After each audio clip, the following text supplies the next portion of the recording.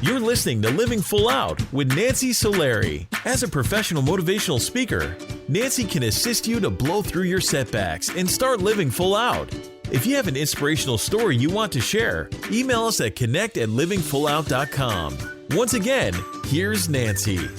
Hello and welcome to the Living Full Out Show. My name is Nancy Solari, and today we're going to be talking about creating your community. And oftentimes when it comes to building a community, it's one of those things where we have to assess what is it that we're striving for. You know, what are the supporters we may need in our life, the mentors we may need, teachers of all different kinds. So we're going to be exploring that throughout today's show. Also, we're going to be joined by Amanda Webster, and she's had to deal a lot with mental health over her life and really stepping into who she is and being proud of her diagnoses, not running away from them. Now, I am getting word from our producer that we do have a listener on the line. We're going to go check in with them. Hello, welcome to the Living Full Out Show. Hi, this is Ereca Lynn. Oh, hi, Ereca. So thank you for calling in. How can I help you today? Okay, so I have this issue. There's this one girl at my school, and it's like she has this, inferiority complex, and it's really getting to me. Now, what do you mean by that? What do you mean by that? How are her actions uprooting your life? Well, she's in most of my classes, and I feel as though she thinks she's more superior than me. And she's just making, rude comments. So is there any way that you cannot be near her, or is it pretty hard to avoid her? It's pretty hard to avoid her. Pretty hard to avoid her. Okay. Yeah. And you know what, Ereca? I hate to tell you this, but she knows that it gets to you. So one of the things that you need to try to do is swing the pendulum back the other direction. And let me tell you something. So you seem very sweet, and you have a great laughter and maybe a nervous laughter. But at the end of the day, there people who are lighthearted and sometimes of a really, sparkly spirit like you are. You're either that direction, and a lot of times you may brush something off and giggle about it, just so you're trying to think that you're trying to tell her, hey, you didn't get to me. But she can tell from your face, she can tell from your nervous laughter that she did get to you. Now, the other thing that you might be doing is when she says something, she either sees your face get tense or she sees you get quiet. But either way, she's kind of understanding that what she's doing is getting to you. So what you have to do is find a way to, I'm not going to say ignore her because you can't ignore her, but there is something to be said for going the high road. People are attracted to inspiration. People are attracted to confidence. So, what is one thing that she says to you, even though it annoys you? Tell it to me as if you were her. Well, there's this one instance at our school. We have to do this state map testing, and I have the same language class as her, and I got a higher score than her, and I showed it to her, and then she was like, "Oh, you cheated or something." She thought I rigged it. So, you know what? At that point, you say, how amazing. I did not cheat. I am actually this smart. I am actually this smart. And actually, Ereca, it even sometimes helps to use humor. I don't know how I don't know how I'm going to sleep with myself tonight. I am so smart. Do you see what I'm saying? Yeah. So you have to find a way to use humor and use your ability to not let her rattle you. But if you can do that, I think you'll be great. Okay, I hope that helped. Yeah, thank you. You're welcome. You're welcome. And have a great day and lots of good fun times in the background. Okay? Thank you. Thank you so much. You're welcome. Bye. I love that she asked that question because truly, when we talk about building a community, one of the things that is so hard for us sometimes to think about is, sometimes we need friends. We need certain supporters in our life. And we feel like, gosh, if I only have a few, I don't want to let go of any less. I need kind of like love the one you're with philosophy. But I personally would rather be alone than be surrounded by people that tear me down. And I think I want you to think about throughout this show, I want you to think about who are the people in your life, just like that caller, that person, that you might need to push back. You might need to muster the confidence within yourself that you've never tapped into before, or that in any way needs to be revitalized or even created. Now, when you're able to let go of people that are toxic, when you're able to put yourself on a path of building a community that serves you, well, now truly sky is the limit. Now, you might say, Nancy, I don't understand what you mean by that. Well, what I mean by that is when you look down your life, and maybe you're in this place now, maybe you're not, but down the life, you're going to need certain squad of people that are like-minded, that are running with you. You're all on the same career-driven path, and together you will make it happen. You might need that community in your life when you have a breakup, somebody who has been through it. I know the temptation is, birds on a feather flock together, like single people and married people, but I would shake it up and I would diversify your friend group just so that you truly have different pockets of people when you need them most. And then even down the line, when it comes to aging, okay, I'm going to raise my hand because as you get a little bit older, the back pain or the eyes, my legal blindness, right? Different things. It's interesting. Some of my best friends are in their 80s and beyond. And maybe because they're in the senior group, it would be natural that certain parts of their body may not be working the same. But it's kind of funny. Me in my 40s, I can be like, oh man, I remember when the vision was good. And they're like, me too. Or I'll be like, I had an accident several years ago where I broke a part of my back, and sometimes it gets a little tight and a little achy. And so sometimes I can say to them, oh man, the back is hurting. And they can be like, me too.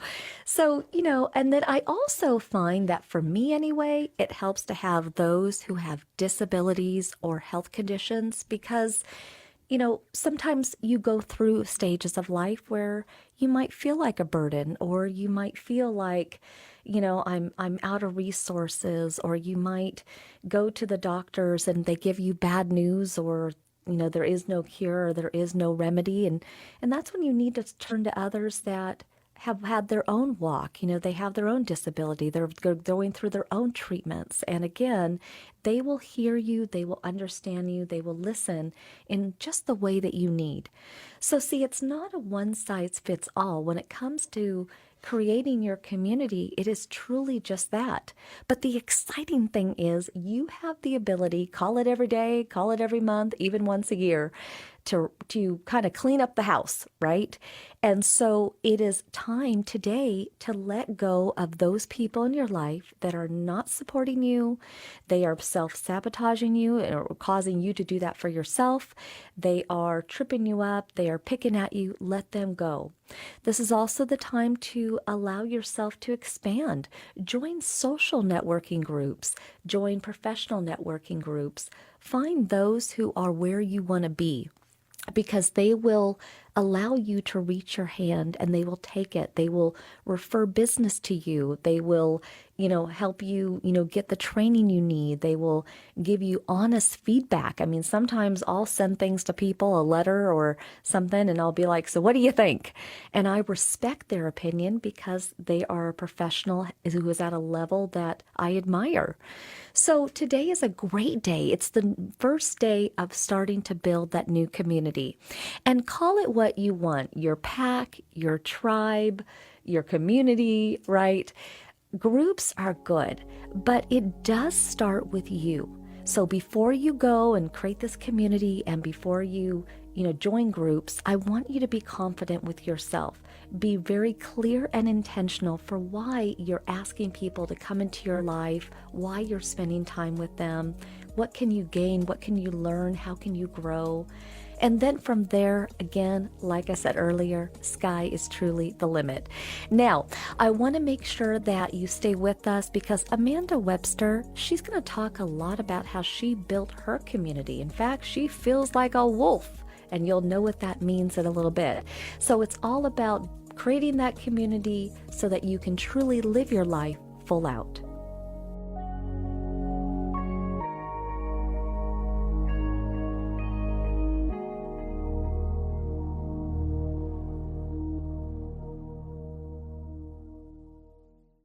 Life looks a little different. During these times, we're doing our best to keep our minds and bodies strong. And getting a flu shot helps us stay healthy, so we don't miss out on what matters. Like having game night at home.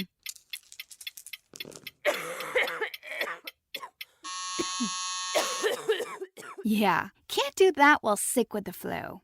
Now imagine family movie night that your daughter can't live without. Well, that's ruined. And don't forget your uncle's socially distanced cookout.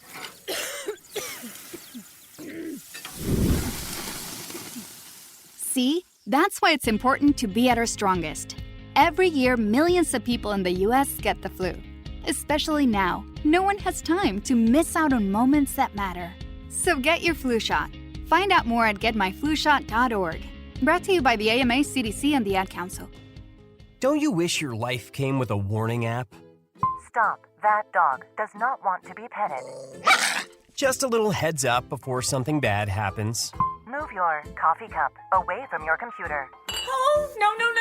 So you can have more control. Stop. You're texting your boss by mistake. Uh-oh.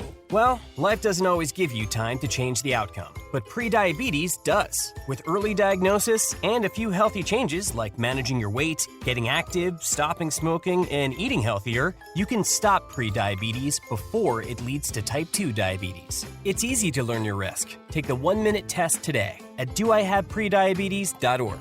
Warning. The cap is loose on that ketchup. Ugh.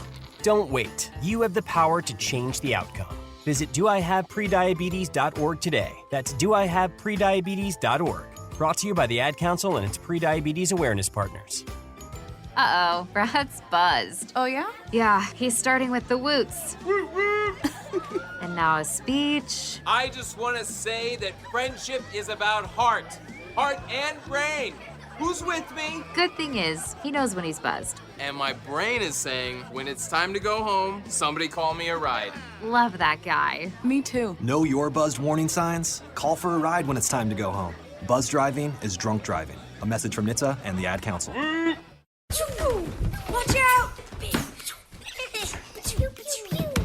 You got me! The galaxy is safe once again. In the pretend universe, kids play with pretend guns. In the real world, it's up to us to make sure they don't get their hands on a real gun. If you have a gun in the house, keep it locked, unloaded, and stored separately from ammunition. Safe gun storage saves lives. Learn how to make your home safer at endfamilyfire.org. That's endfamilyfire.org. Brought to you by End Family Fire, Brady, and the Ad Council. Adopt US Kids presents What to Expect When You're Expecting. A teenager. Learning the lingo. Today I'm going to help parents translate teen slang. Now, when a teen says something is on fleek, it's exactly like saying, that's rad. It simply means that something is awesome or cool. Another one is totes. It's exactly like saying, totally, just shorter. As in, I totes love going to the mall with Becca. Another word you might hear is jelly. Jelly is a shorter, better way to say jealous. As in, Chloe, I am like so jelly of your unicorn phone case. You don't have to speak teen to be a perfect parent. Thousands of teens in foster care will think you're, rad, just the same. To learn more, visit adoptuskids.org. A public service announcement brought to you by the U.S. Department of Health and Human Services, Adopt U.S. Kids, and the Ad Council.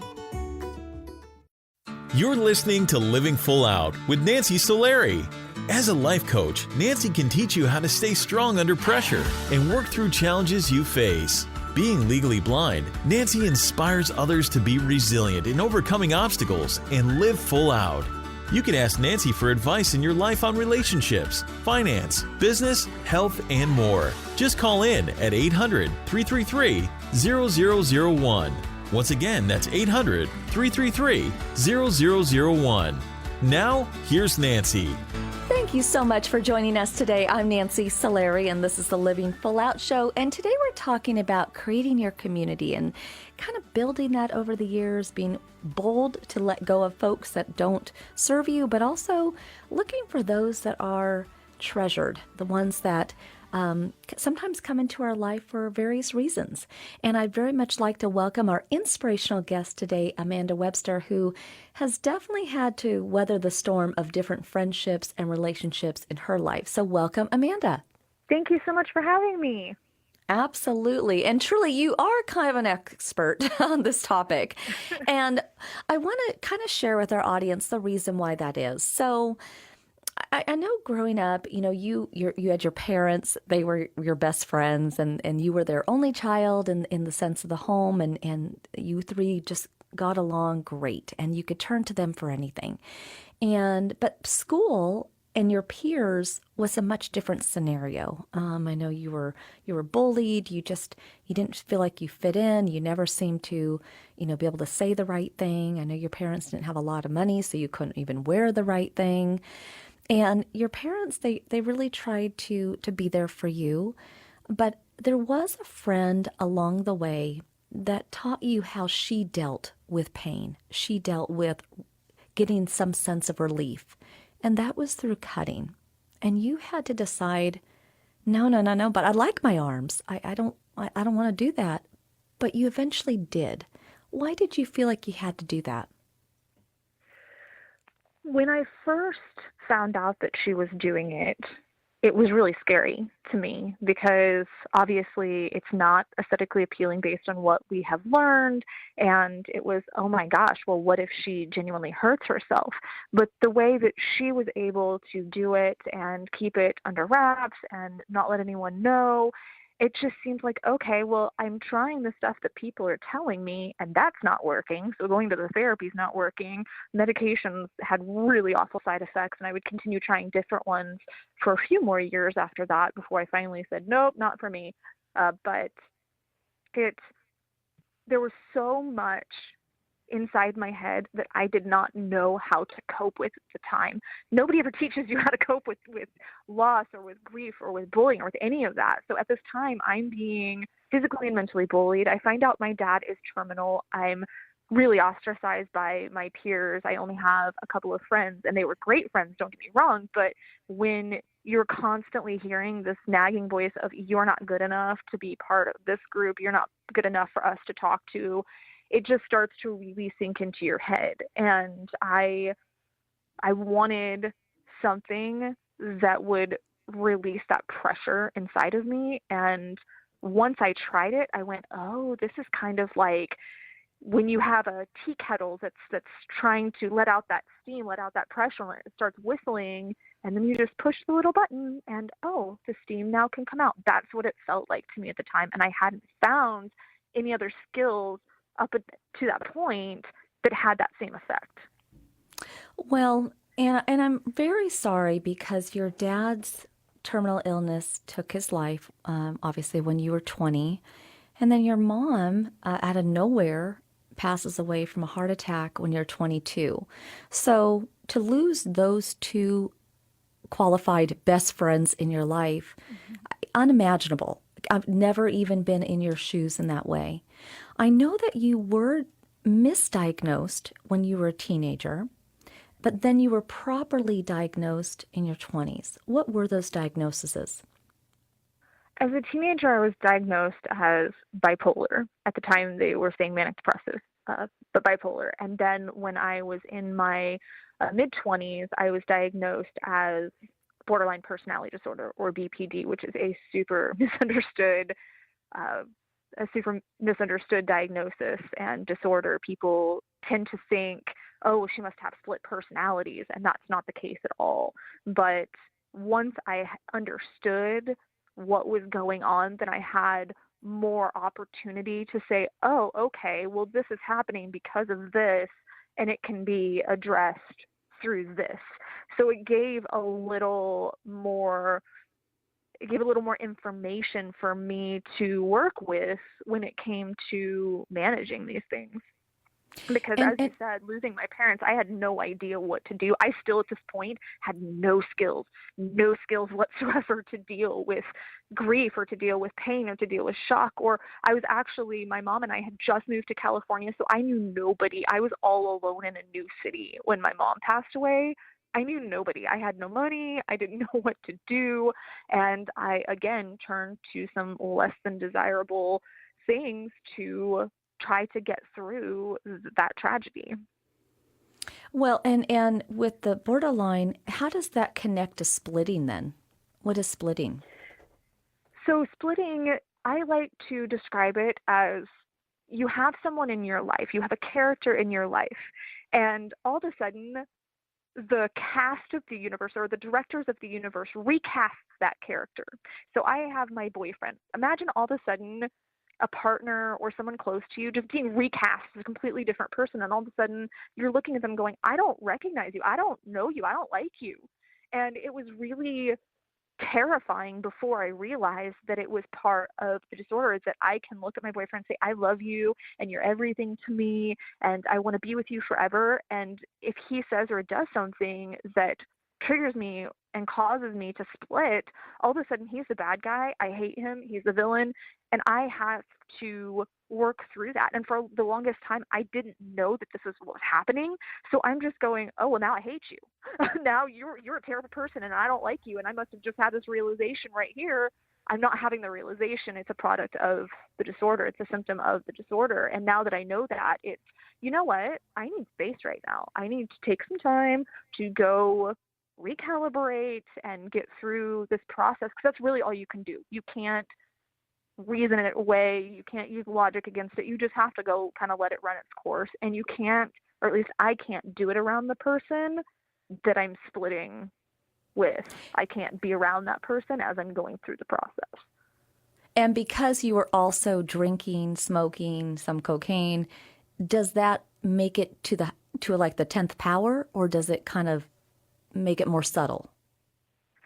I think it made it worse, because at that point when you're using substances, you might not always realize what's happening. Even if you, in your sober mind, you would realize, okay, this is what's happening to me. Once I learned about splitting it and I learned more about my disorder, it was, okay, well, I know what's going on.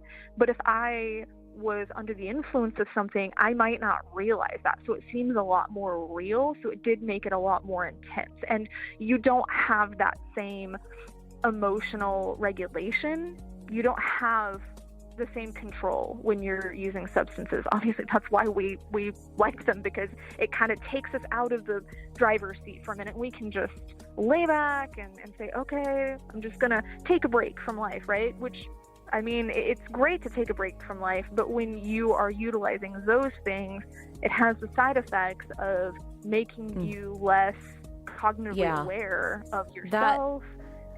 That would be terrifying. So stay with us, Amanda. For everybody else, we're going to be coming right back after this break. Today in school, I learned a lot. In chemistry, I learned that no one likes me. In English, I learned that I'm disgusting. And in physics, I learned that I'm a loser. Today in school, I learned that I'm ugly and useless. And in gym, I learned that I'm pathetic and a joke. In history, I learned that I'm trash. Today in school, I learned that I have no friends. In English, I learned that I make people sick.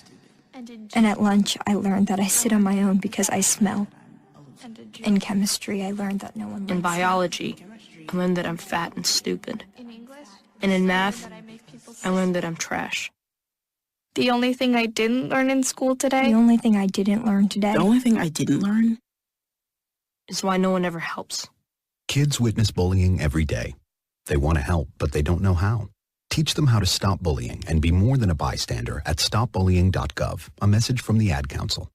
I'm Nancy Solari, certified life and business coach. I want to invite you to the Personal Development Boot Camp. During the boot camp, we're going to be looking at taking those insecurities that you have and getting rid of them.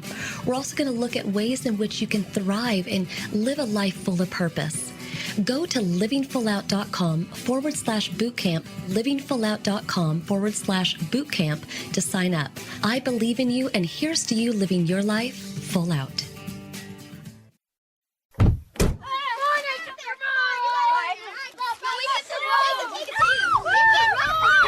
They'll challenge your authority. Seatbelt on. They'll try to break your will. They'll push you to the edge of your sanity. Because that's what kids do. But this car is your territory, not theirs. Defend it. Who makes the payments? Who cleans it? Who drives it? You do. That's who. And in here, your word is law. So when you say you won't move until everyone's buckled up, you won't budge an inch. Until you hear that click. Never give up until they buckle up. A message from the National Highway Traffic Safety Administration and the Ad Council. For more information, visit safercar.gov/kidsbuckleup. 7 million children suffer from asthma, more than any other chronic disease. Most asthma attacks are caused by allergic reactions to allergens, including those left behind by cockroaches and mice. In fact, 82% of U.S. households contain mouse allergens, and cockroaches are found in up to 98% of urban homes. How can you protect your family? Find out at pestworld.org. A message from the National Pest Management Association and the American College of Allergy, Asthma, and Immunology. Get it, slip it, cuff it, check it. Talk to doctor now and share it. I get it, slip it, cuff it, check it twice a day. I get it, slip it, cuff it, check it in the morning and before dinner. I get it, slip it, cuff it, check it, and share it with my doctor. Nearly 1 in 2 U.S. adults have high blood pressure. That's why it's important to self-monitor your blood pressure in 4 easy-to-remember steps. It starts with a monitor. Now that I know my blood pressure numbers, I talked with my doctor. We're getting those numbers down. Get it, slip it, cuff it, check it. Talk to doctor now and share it. Be next to talk to your doctor about your blood pressure numbers. Get down with your blood pressure. Self-monitoring is power. Learn more at manageyourbp.org. Brought to you by the Ad Council, the American Heart Association, and the American Medical Association. In partnership with the Office of Minority Health and Health Resources and Services Administration. You're listening to Living Full Out with Nancy Solari. With Nancy's expertise, you'll learn how to embrace your potential and strive for success. If you have a question or need further support, send us an email at connect@livingfullout.com. Now, here's Nancy. Welcome back. I'm Nancy Solari, and this is the Living Full Out Show. And today we're talking about creating your community. And sometimes when we have people that leave our life unexpected and we have to fill that void, sometimes it's with the right people and sometimes not the right people. And it's really putting together that tribe, that group that you feel can cheer you on, that can be there when you need them and they need you most. So Amanda Webster today, our inspirational guest, has really been intentional with building her community, and I want to bring her back into the show.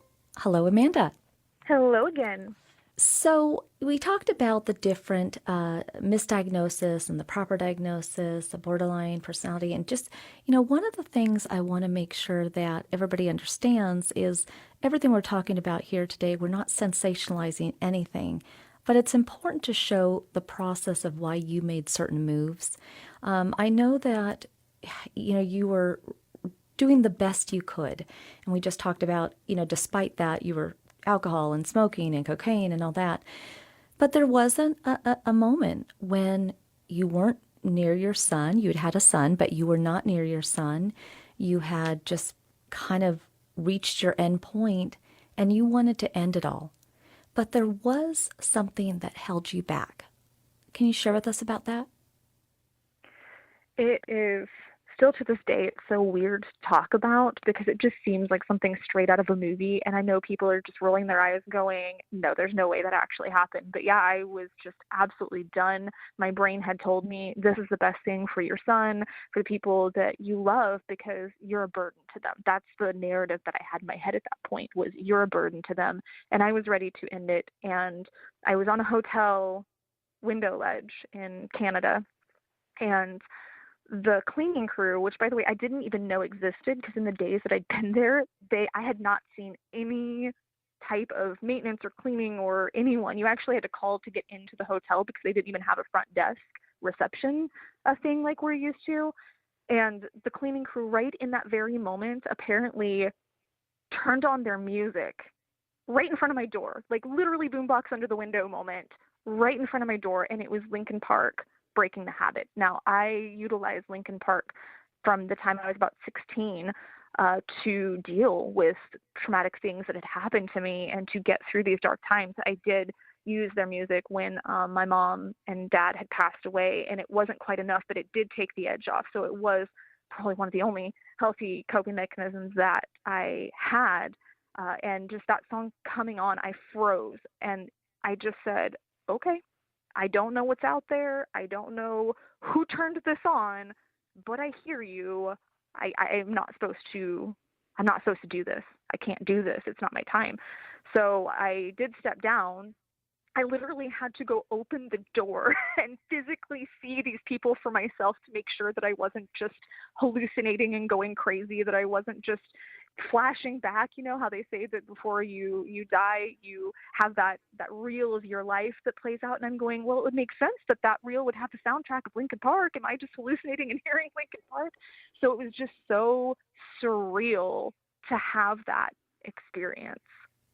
Well, and it must be, I don't know how you sometimes calm yourself down or tap into what is real or what is not real, because even when you went through postpartum with your son, there were moments, a moment where, you thought, well, what if I just, you didn't do this and you're a great mom, but, what if I just throw him up against the wall, right? Or you had this moment where you thought you were in Anne Frank's house, right? And a kid would be crying. You'd have to silence the kid. And when you're in that place where it feels so real, how do you pull yourself back?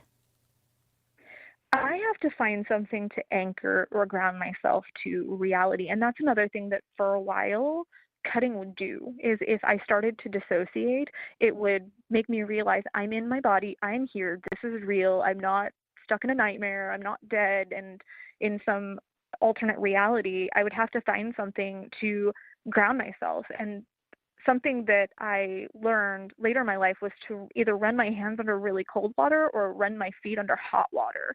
And it would kind of snap me into the present moment. So it's something that I really turn to if I'm having a full-blown panic attack, is I will find the nearest faucet or the nearest bathtub. Water is definitely a grounding thing for me. Even just drinking water, it's very, very grounding. But if you can get it on your hands or feet, that's even better. And that helps me realize that I'm in the moment. I actually think that's a great tip, and I'm inviting everyone truly to embrace that. That makes a lot of sense. And even in recent months, you've had stressful times and you've had scary headspace times. And that's, one for you to kind of sort out still and just feel, good about. But I know that you have a YouTube channel where you've really used that to connect with your community. Of course, there's always going to be people that say, strange, awkward things or are not everyone's fan. But why has that YouTube channel been an outlet for you? Because it's allowed me to see that I'm not a monster for having those thoughts. If anyone out there has intrusive thoughts like that, be it in parenting or with your friend, that can happen, especially if you have a certain disorder, if you have a lot of anxiety and depression.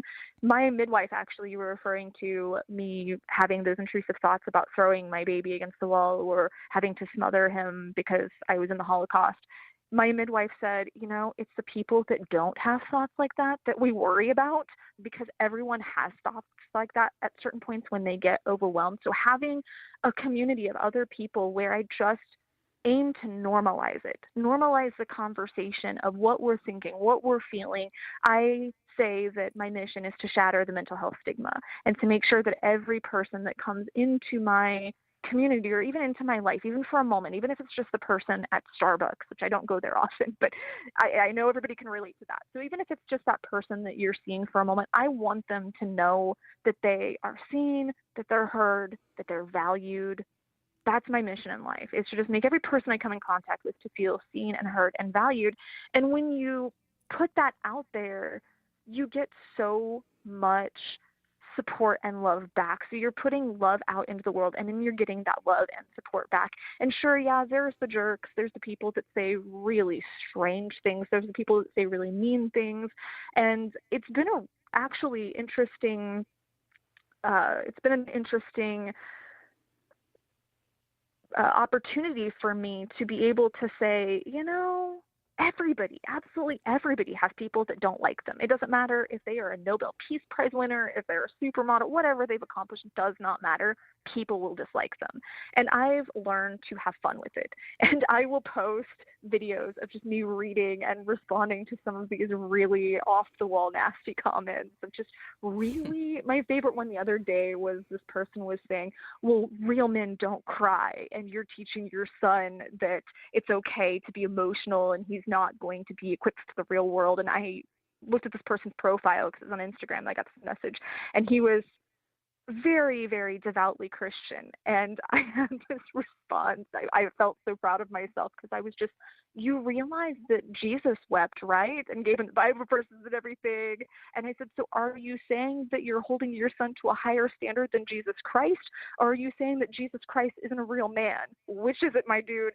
And I learned to have fun with the people that are going to say those sorts of things, because at the end of the day, they're hurting. They're part of the community. They're hurting. They're needing either support or just someone to call them out. I am never mean about it. I'm never nasty or anything. It's just, here's some food for thought. And if you need someone to talk to, we're here. Well, and again, fear oftentimes shows up in sadness and anger. So there is probably something for that person where they're fearful of something. And we just have a little bit of time left, but it's really important to me that somebody who is not where you are, as strong as you are, they've just now learned about the cold hands, hot feet deal. What should somebody be doing today that just cannot get out of bed? Even if you can't get out of bed, that doesn't mean that you can't do positive things for yourself. I actually have a in-bed emergency kit, because I have a little stand by my bed that's just, okay, you know what, today I'm just going to lay here and watch my soap opera, or I'm just going to read a book, preferably a self-help book, something that's going to make me feel like I have like I'm putting skills in that toolbox.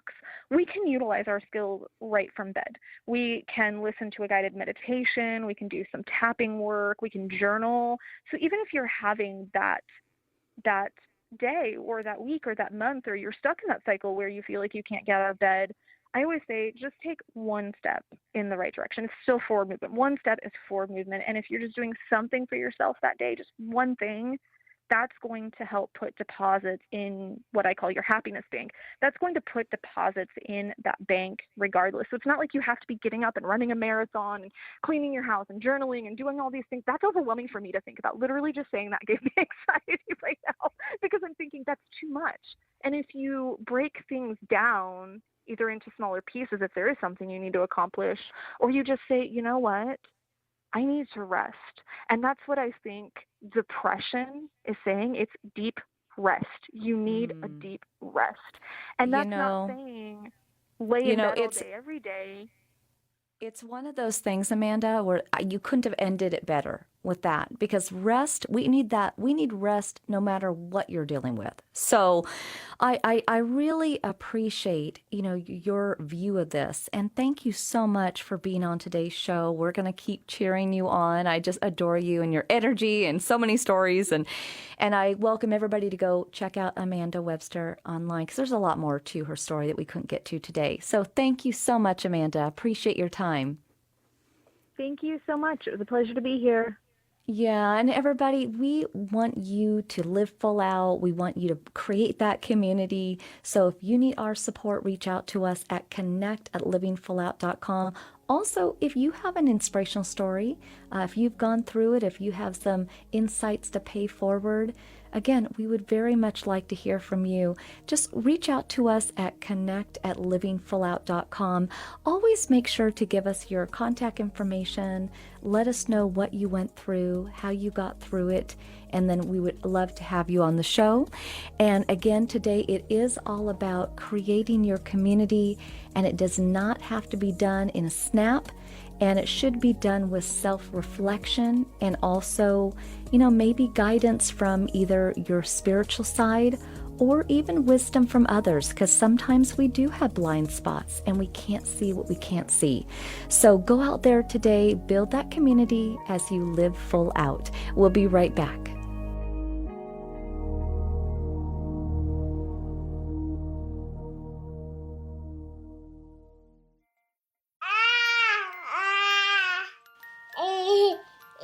To some people, the sound of a baby babbling doesn't mean much. But that's not necessarily true.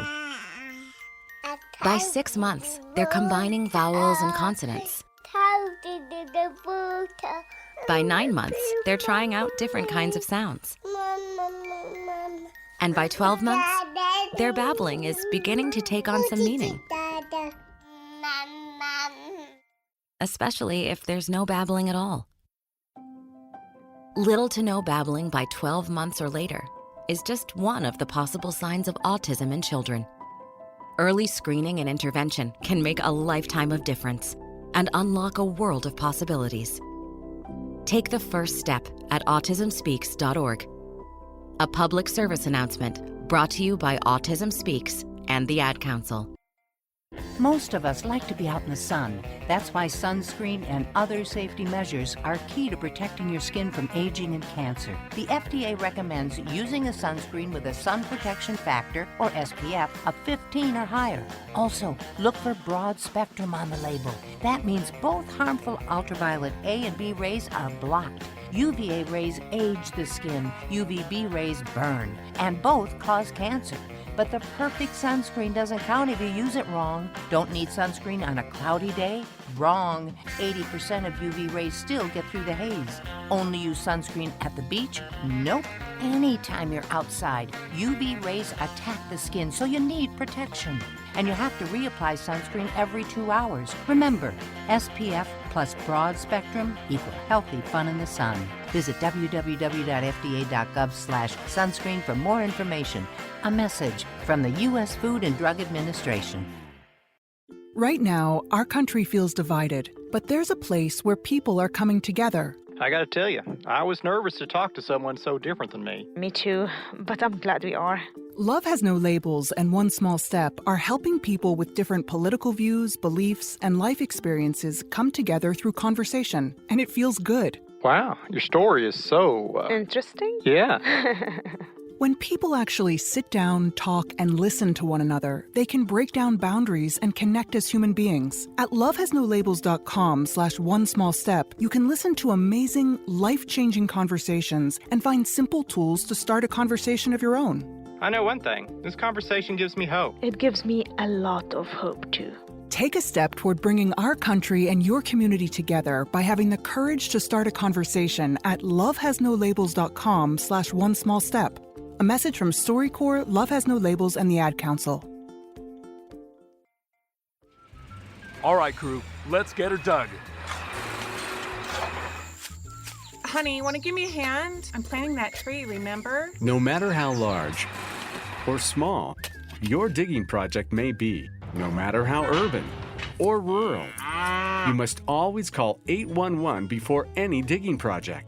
811 is our national one-call number, alerting your local utility companies to come out and mark any lines they have near your dig site. You must call 811 at least 2 to 3 business days before any digging project, so you can avoid hitting our essential buried utilities. This includes natural gas and petroleum pipelines, electric, communication cables, and water and sewer lines. So before you do this, or this. Make sure you do this. For digging projects big or small, make the call to 811. Brought to you by Common Ground Alliance. Okay, today is the day that you're going to get out there and create your community, right? So remember that so many people would love to meet you, but they will never have that opportunity if you don't open that door, walk out your front door, join network groups, and most of all, take time to connect with friends that you do have. The power of your friendship base, the power of your network is everything as you strive to live full out.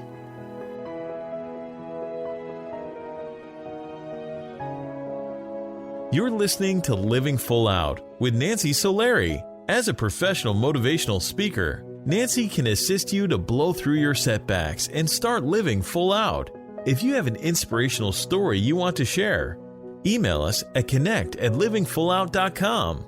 Once again, here's Nancy. Thank you so much for joining us today. I'm Nancy Solari, and this is the Living Full Out Show. And today we've been talking about creating your community, and I actually love this topic. Now, I, like all of you, right, we're all busy, and it's easy to just be so busy. But I really have found over the years that I dedicate Sunday. They say it's the day of rest, but it is the day that I connect with people. I truly do. All my friends, all my family, they know a little dicey to get Nancy Monday through Saturday, but Sunday is the day. And I love it. I just sit outside on my balcony and I chat and I feel the sun on my face, or I might get together and have an in-person lunch or dinner. And I send out emails and texts, but it's intentional that is my day. I protect that day as the day to connect.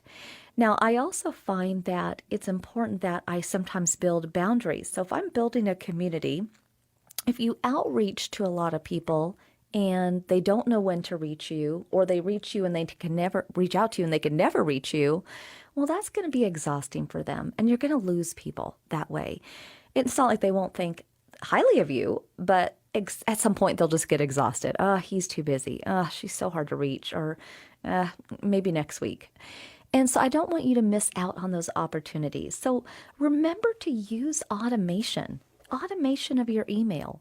So when somebody emails you, maybe let them know that you don't check it all the time, that their message is important and you'll be right back in touch. It may take 24 hours. Then you've set the expectation. They know when you're going to get back. Or sometimes if you know you're going to have a really busy week or weekend, and there's people that might need you or might call you, rather than getting a ton of pings and pongs on your phone, maybe do a group text. Hey, everyone, just want you to know I've got a huge project. I'm going to be a little underground for the week, but I'll be back in action on Saturday, whatever that looks like. But again, people are not mind readers. So as you're, with the best of intentions, trying to do good things and build a community, you can actually weaken your relationships with those folks if you don't communicate. I also think it's important to look at the various groups that you might be able to relate to.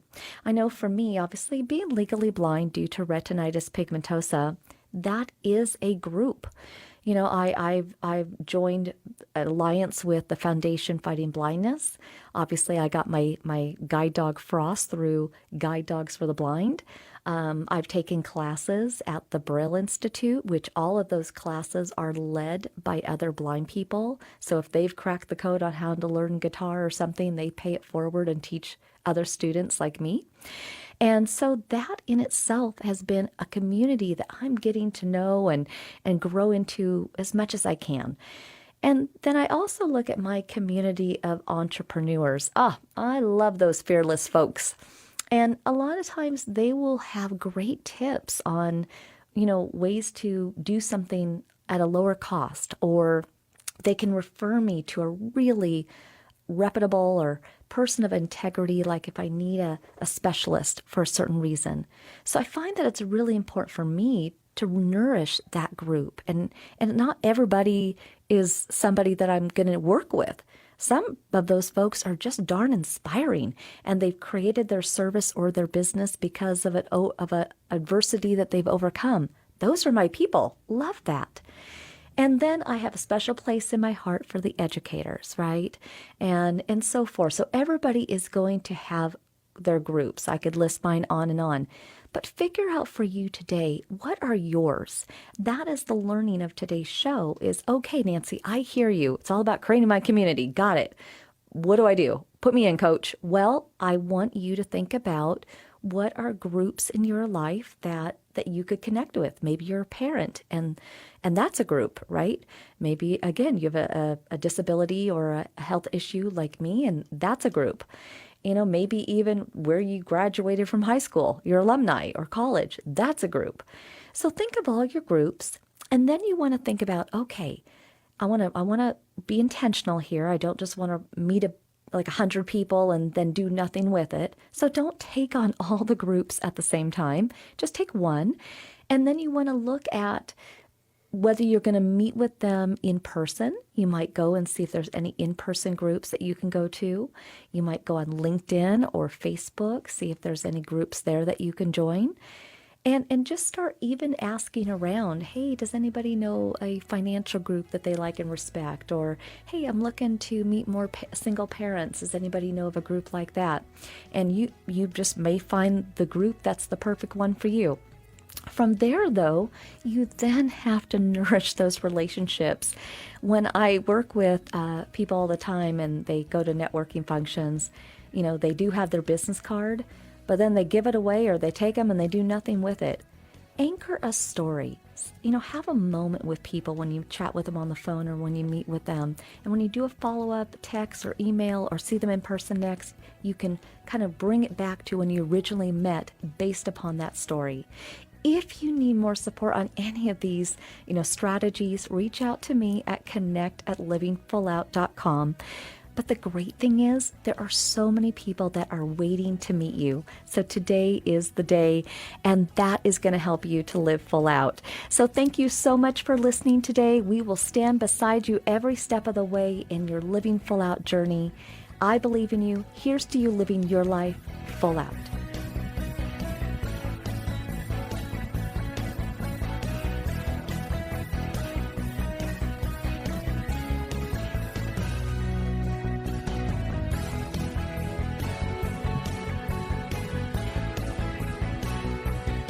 Thank you for listening to the Living Full Out Show with Nancy Solari.